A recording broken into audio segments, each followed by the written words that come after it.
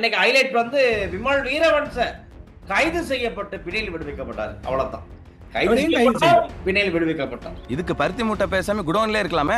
நாட்டுக்குள்ள 6 ஜனாதிபதி என்ற அக்கப்போர் வருது. அந்த பிரச்சனை வேற. இப்ப திலீப் ஜெயவீர அவர் முடிவு பண்ணிட்டாரு போல.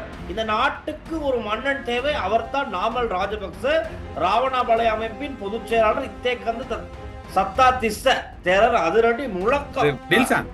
தேரருக்கும் நாமல் தான் நாட்டை ஆளணும், நடிகைக்கும் நாமல் தான் வேணும். நாமல் ராஜபக்ஷ ஜனாதிபத்துமணி, அநாகத ஜனாதிபத்துமணி. என்னடா அது ஆளாளுக்கு இப்ப கிடைச்சா ஜீவனா? இது என்ன நாடா இல்ல என்ன வேற எதுவுமா?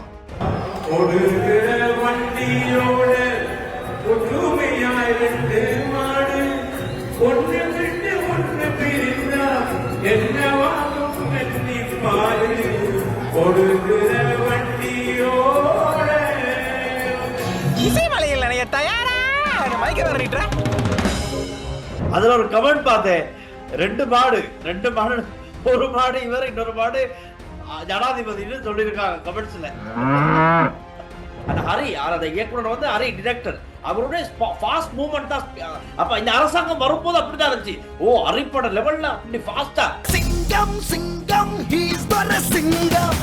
கடைசியில் நீங்க சொல்றதெல்லாம் வச்சு பார்க்கும்போது விக்ரமன் படமா எங்கள் வீட்டில் எல்லா நாளும் கார்த்திகை எல்லாம் சேர்ந்து கூட்டமா பாட்டு படிச்சுக்கிட்டு அதை முடிச்சு வைப்பாங்க போல விளக்குது.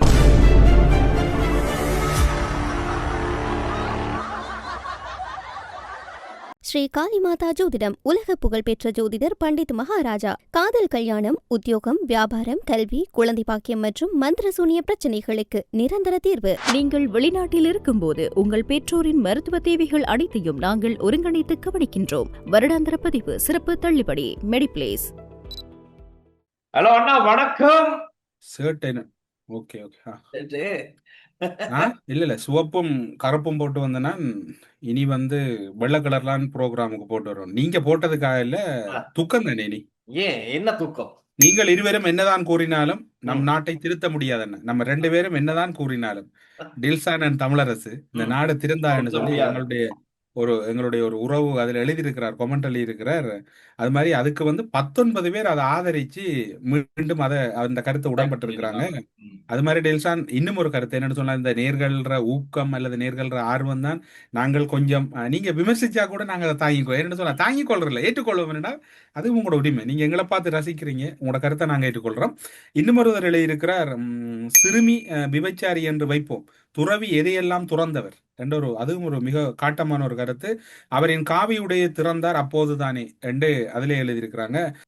வணக்கம், பாவம் அந்த சிறுமி, அவக்கு நீதி கிடைக்கும், மிக அருமையான பதிவு, நன்றி என்று கிட்டத்தட்ட ஒவ்வொரு வந்து ரீகமெண்ட் பண்ணியிருக்கிறாங்க. அதை ஆதரிச்சிருக்காங்க. இப்படிப்பட்ட பிக்குகளை வணங்கி துதிப்பது நாட்டுக்கே கேடு, நாட்டுக்கே பெரிய சாபம் அப்படின்னு கூட கமெண்ட்ஸ் இருக்கு. மோடிஜி கூட ஆசீர்வாதம் பெற்றவர் அல்லவா? மோடிஜி ஆசீர்வாதம் பெற்றவர். அவருடைய கையை பிடித்து அந்த பணியில கூட்டிட்டு வர புகைப்படங்கள் இன்னைக்கு கொஞ்சம் ஷேர் ஆகுது. என்ன துப்பாக்கிய மண்டாடில்சான், எனக்கு உண்மையா ஒரு என்ன சொல்ற ஒரு கனத்த இதயத்தோட இதை நான் உங்கள்கிட்ட ஷேர் பண்ணி கொள்றேன். இப்ப எனக்கு இதுல 2 நிலப்பாடு தான் காலையில தோணுது. ஒன்று வந்து சட்டமாதிபதி திணைக்களம் ஒரு பிணைய ஆட்சேபனை தெரிவிச்சிருக்கலாம் முடிவா, ஆனா ஆட்சேபனை தெரிவிக்கலாம். இந்த இடத்துல ஒரு முக்கியமான ஒரு கருத்தை உங்கள்கிட்ட சொல்ல ஒன்றில்சான். சில வேளை அது உங்களுக்கு தெரிஞ்சதுதான். முன்னாள் ஜனாதிபதியோட செயலாளர் சமநேக்க நாயக்க அவருக்கு பிணை வழங்க கூடாதுன்றதுல திருப்பி கடுமையான ஆட்சேபனை நீதிமன்றத்துல தெரிவிச்சார். வெளிநாட்டு செல்றதுக்கான கடவுச்சீட்டு முடக்கப்பட்டது. எனக்கு சுமார் சமன் எக்கநாயக்கவை 2003 பிற்பகுதியிலிருந்து ஓரளவு அறிவன். நான் அரசு சார்பற்ற நிறுவனங்கள்ல பணி செய்ததால அவர் ஒரு கிளீன் கேண்டன்ட் இல்லை, அவர் ஒரு ரோயல் ஸ்டாண்டர்ட். ஆனால் அந்த அப்படியான ஒரு சுபாவம் உடையவர். அந்த இறுதி டைம்ல கூட ரணில் விக்ரமசிங்க நிதியம், அதாவது ஜனாதிபதி நிதியத்திலிருந்து பலருக்கு நிதி கொடுத்த டைம்ல கூட அந்த அவரை எதிர்த்தவங்கள்ற பல பேர நிதியை வெட்ட சொல்லி கூட ஒரு அறிவுறுத்தல் போனது.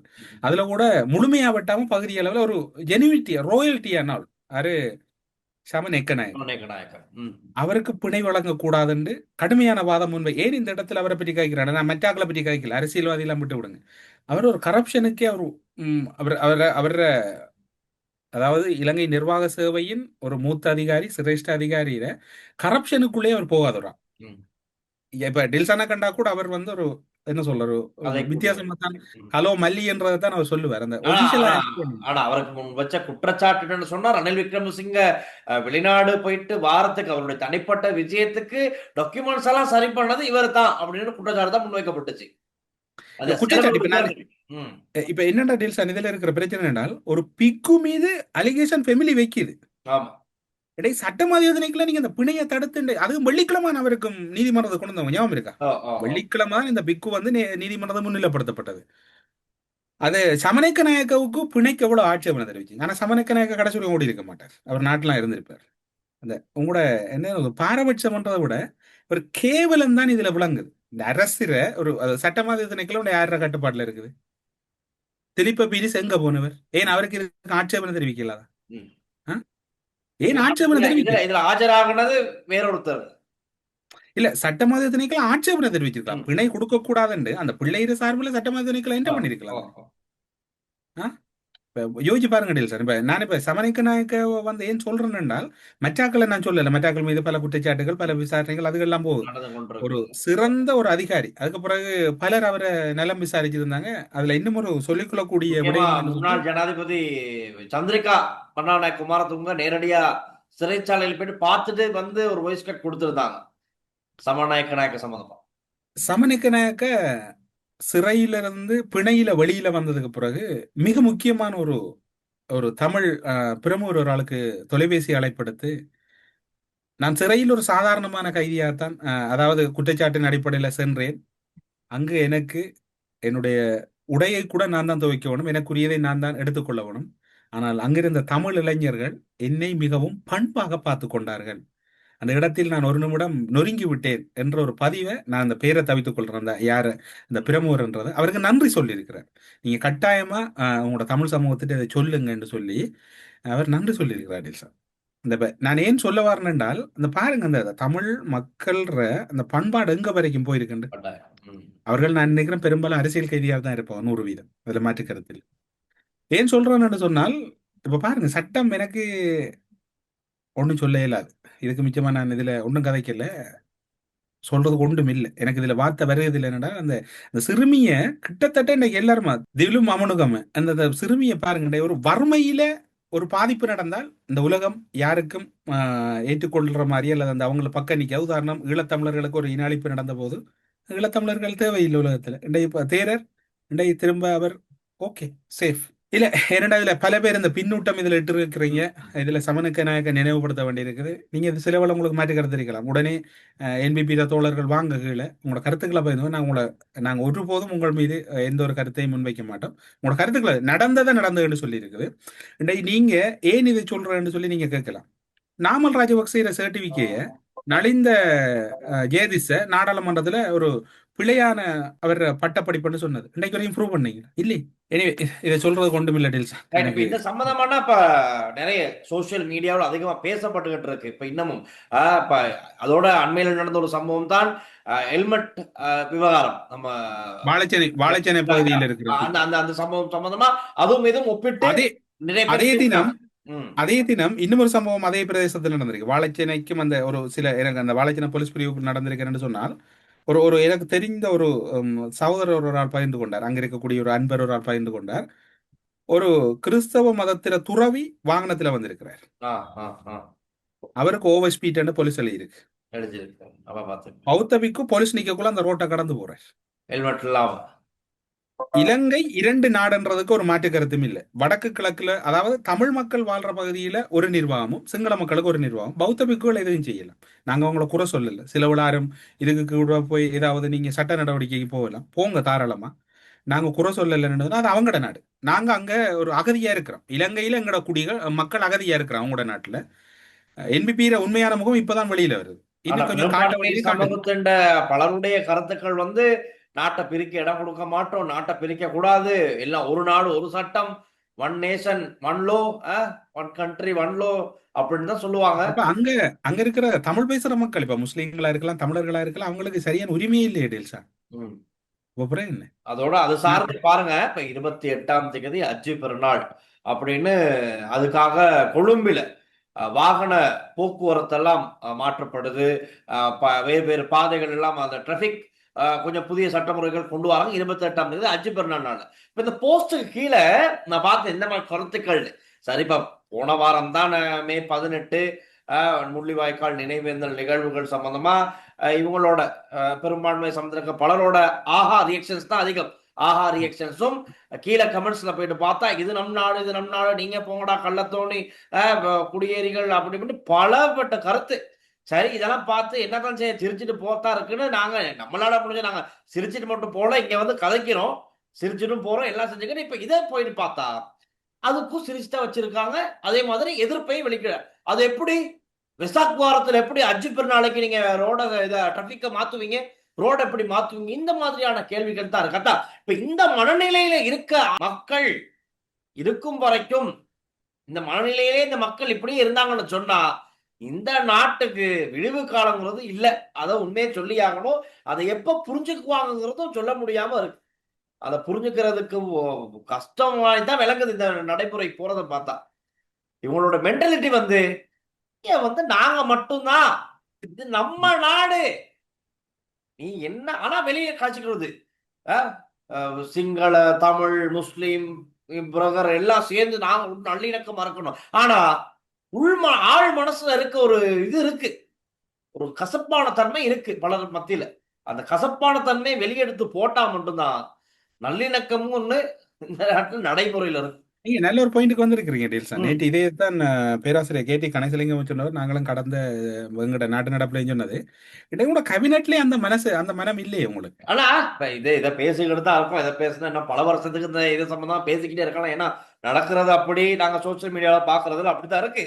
இப்ப இந்த நீங்க கூட அன்னைக்கு சொன்னீங்க ஒரு விஷயம், என்ன பெரிய விஷயம் அது.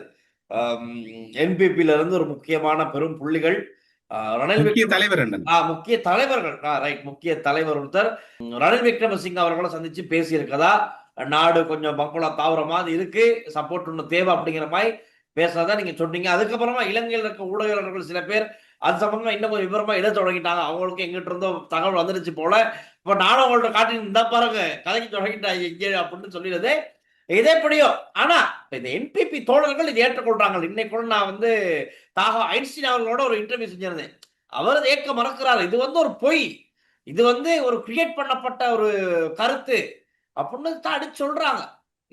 நான் அன்று கேட்ட உடனே நீங்களே ஷொக்கா தான் கேட்டீங்க. நான் உங்களோட அந்த நிகழ்ச்சியில இருக்கும்போது தான் எனக்கு ஒரு தகவல் வந்து டக்குன்னு நான் பார்க்கக்குள்ள எனக்கு எப்படி வந்து இங்க வந்து விடுங்களேன். அதை கிட்டத்தட்ட ரணில் விக்ரமசிங்கம் உறுதிப்படுத்தி இருக்கிறார், மறைமுகமாக உறுதிப்படுத்தி இருக்கிறார். அவர் சொல்லியிருக்கிறார் நேற்றைய தினம் ஏதோ ஊடகத்துல, நான் பலரை சந்திக்கிறேன், அனுரவை சந்தித்தீர்களா, நான் பலரை சந்திக்கிறேன், அதோட பினிஷ், அவ்வளவுதான். சரியா? நான் உங்களுக்கு சொன்னேன், நான் முதல் நாட்டு நடப்புல நானும் நீங்களும் தான், அது 2 பேரும் சேர்ந்து தான் அதை பிரேக் பண்ண நாங்க செய்தியை.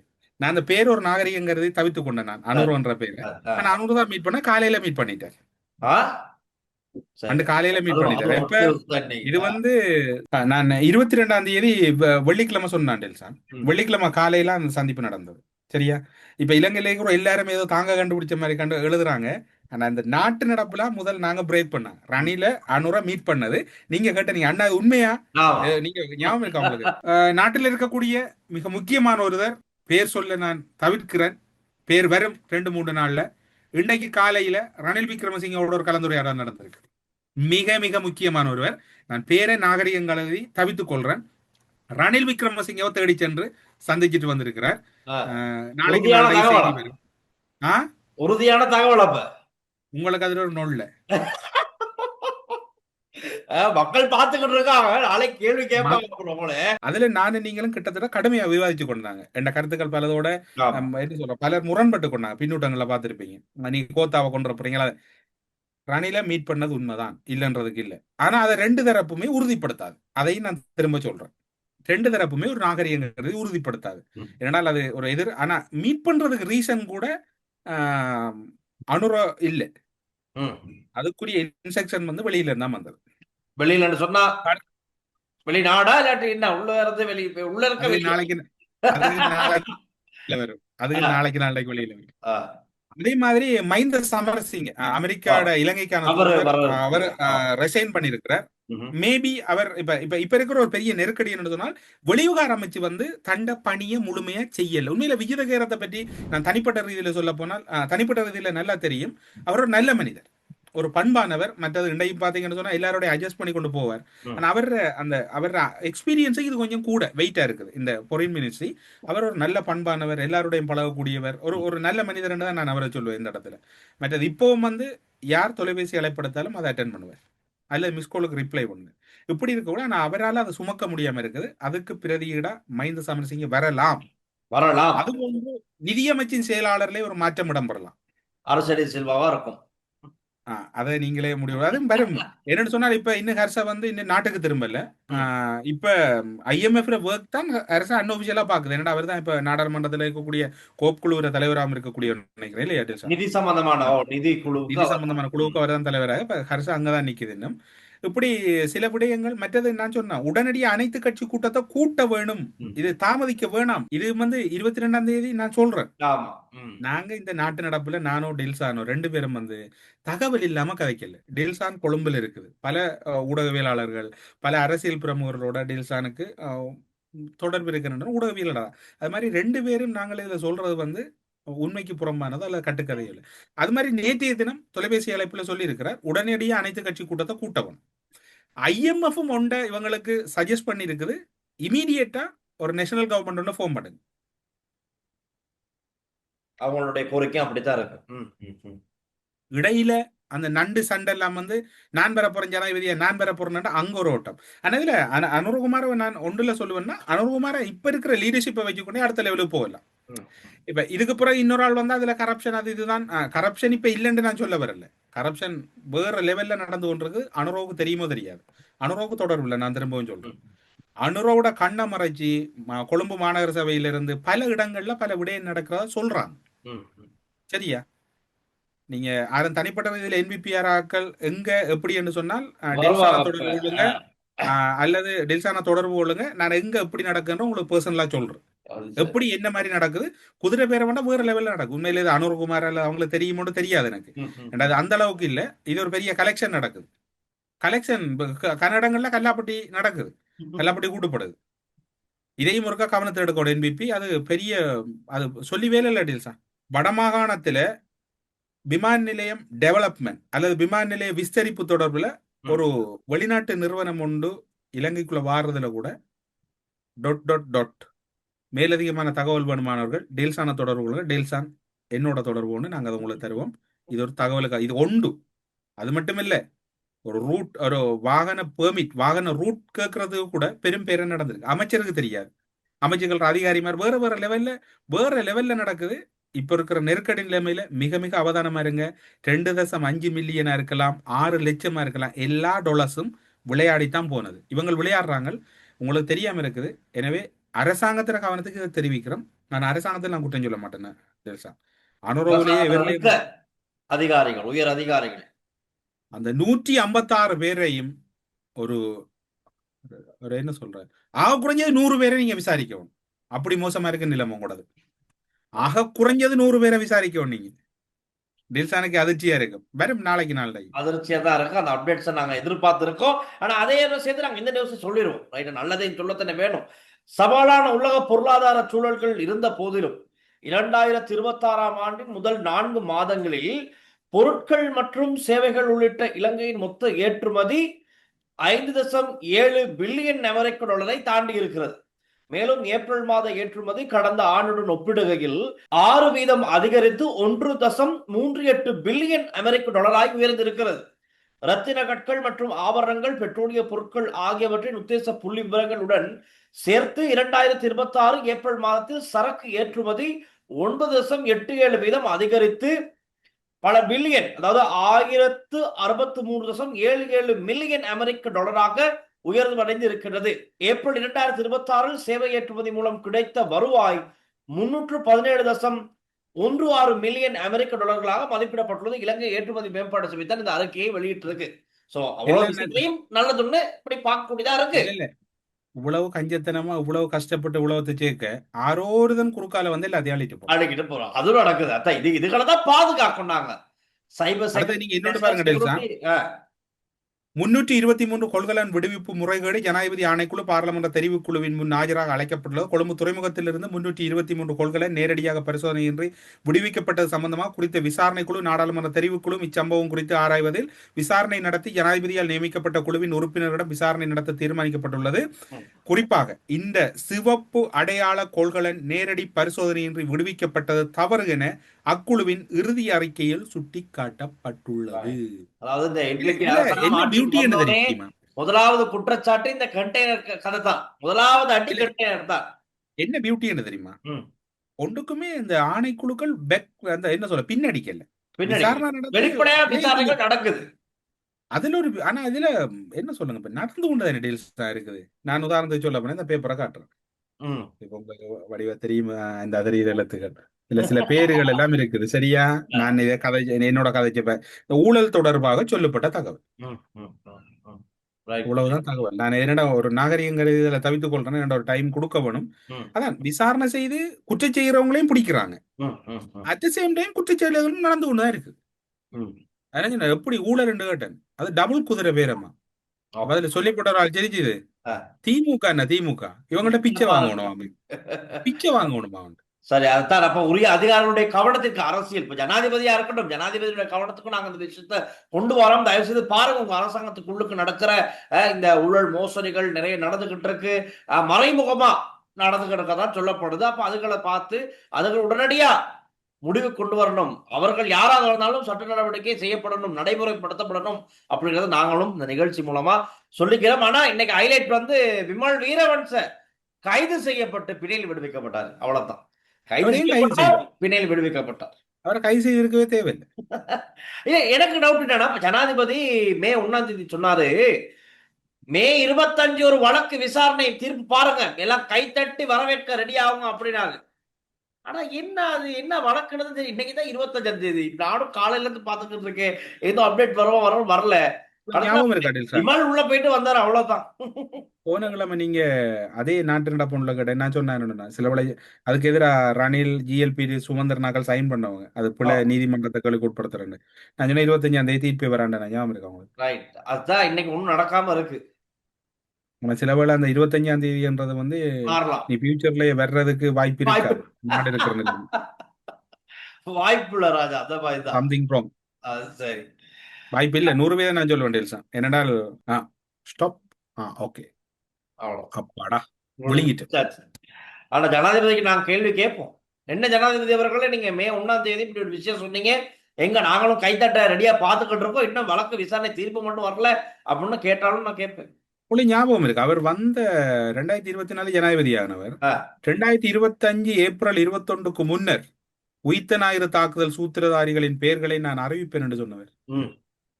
இப்ப எனக்கு ஒரு டவுட், இப்ப நீங்க சொன்ன விஷயத்தெல்லாம் வச்சு பார்க்கும்போது, சரி இந்திய சினிமாவை ஒப்பிட்டு நான் கதைப்ப கொஞ்சம் இந்த இடத்துல சிங்கம் படம் தானே, சூர்யா சும்மா போங்க ஐயா, அங்க ஒரு பொடியன் ஒரு ஐயா, அங்க ஒரு பையன் சேர்ச்சில போய் மன்றாட்டு வாசிக்கிறதுல விஜய பாப்பரசர் வாங்கி விட்டான். அதாவது லியோ அவர்கள், அதாவது பாப்பரசருடைய பேர் 14ஆம் லியோன்னு வரணும், இந்த பையில மன்றாட்டு வாசிக்க விட்டு லியோனா விஜய் விஜய் அப்படி பாதரும் சிரிக்கிறாரு. அந்த வீடியோவை பார்ப்போம்.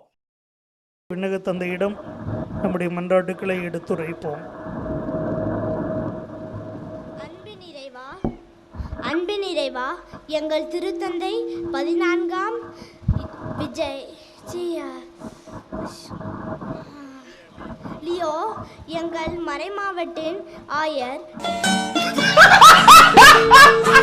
அந்த அதை விடுங்க, நீங்க இன்னொன்று சொன்னீங்க, இப்ப இன்னொன்று சொல்ல வந்தீங்க. அதான் என்ன சொல்ல வரேன்னா, இப்ப திரைப்பட பாணியை பார்க்கணும், அந்த அரசாங்கத்தை பத்தி சொல்லணும்னா, சிங்கம் பட ஸ்டைல் சூர்யா அப்படி வீரமா கம்பீரமா எல்லாத்தையும் அடிச்ச அந்த ஹரி, அந்த இயக்குனர் வந்து ஹரி டிரெக்டர், அவருடைய ஃபாஸ்ட் மூவ்மெண்ட் தான்.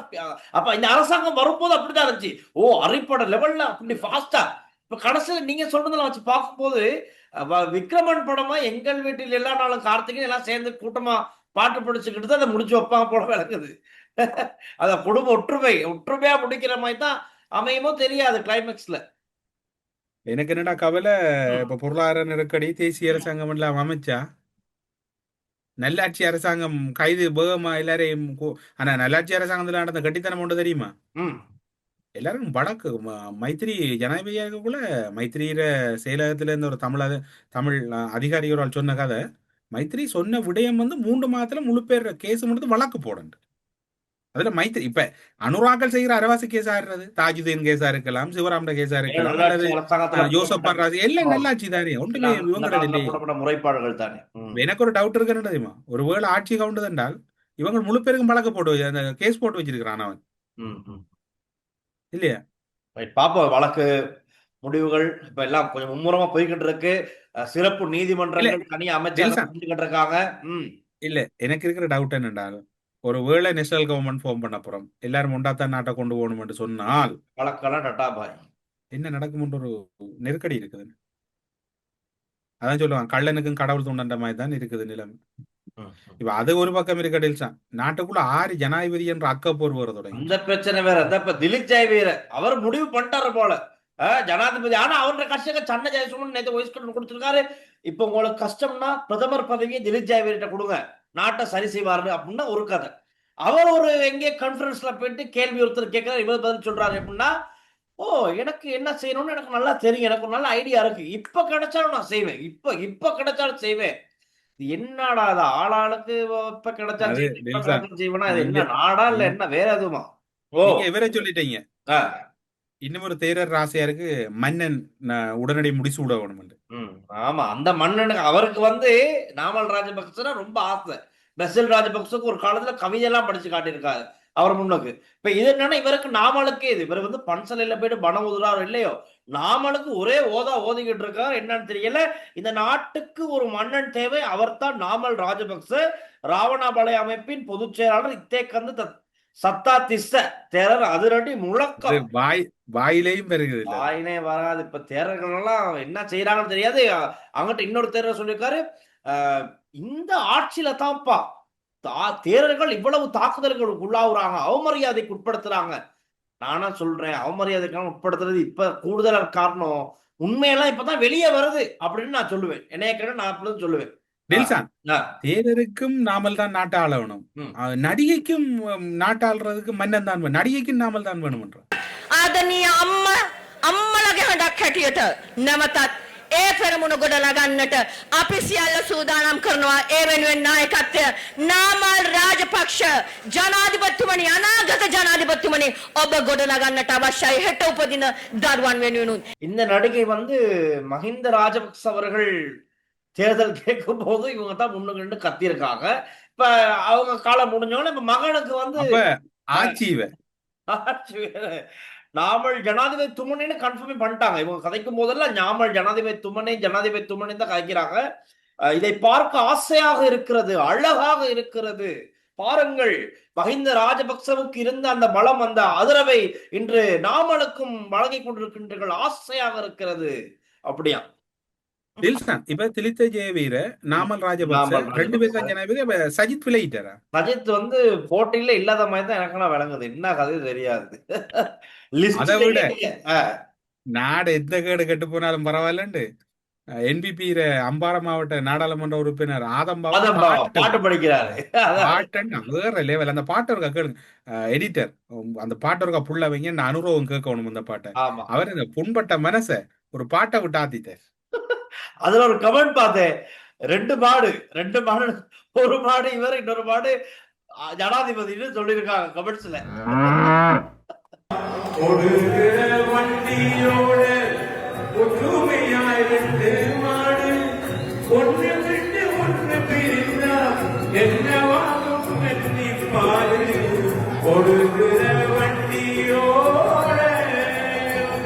இசைமலையில் நினைய தயாரா மைக்க வர்றீட்ற.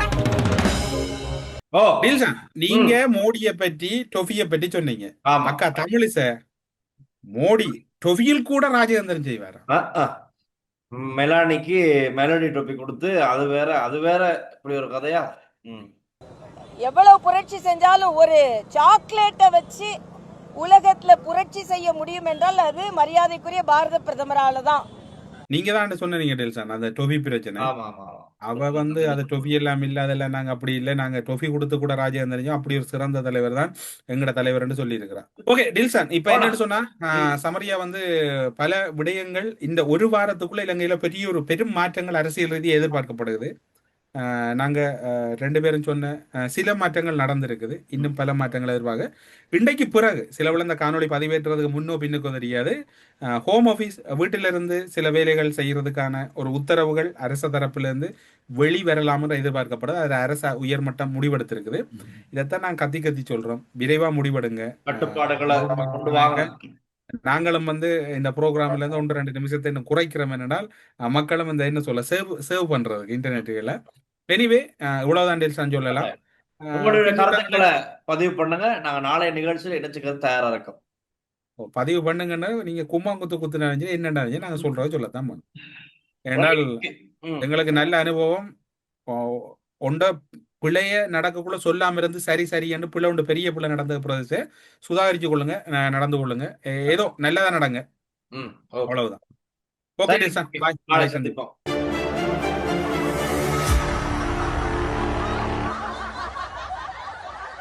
ஸ்ரீ காளிமாதா ஜோதிடம் உலக புகழ்பெற்ற ஜோதிடர் பண்டித் மகாராஜா. காதல், கல்யாணம், உத்தியோகம், வியாபாரம், கல்வி, குழந்தை பாக்கியம் மற்றும் மந்திரசூனிய பிரச்சனைகளுக்கு நிரந்தர தீர்வு. நீங்கள் வெளிநாட்டில் இருக்கும்போது உங்கள் பெற்றோரின் மருத்துவ தேவைகள் அனைத்தையும் நாங்கள் ஒருங்கிணைத்து கவனிக்கின்றோம். வருடாந்திர பதிவு, சிறப்பு தள்ளுபடி, மெடிப்ளேஸ்.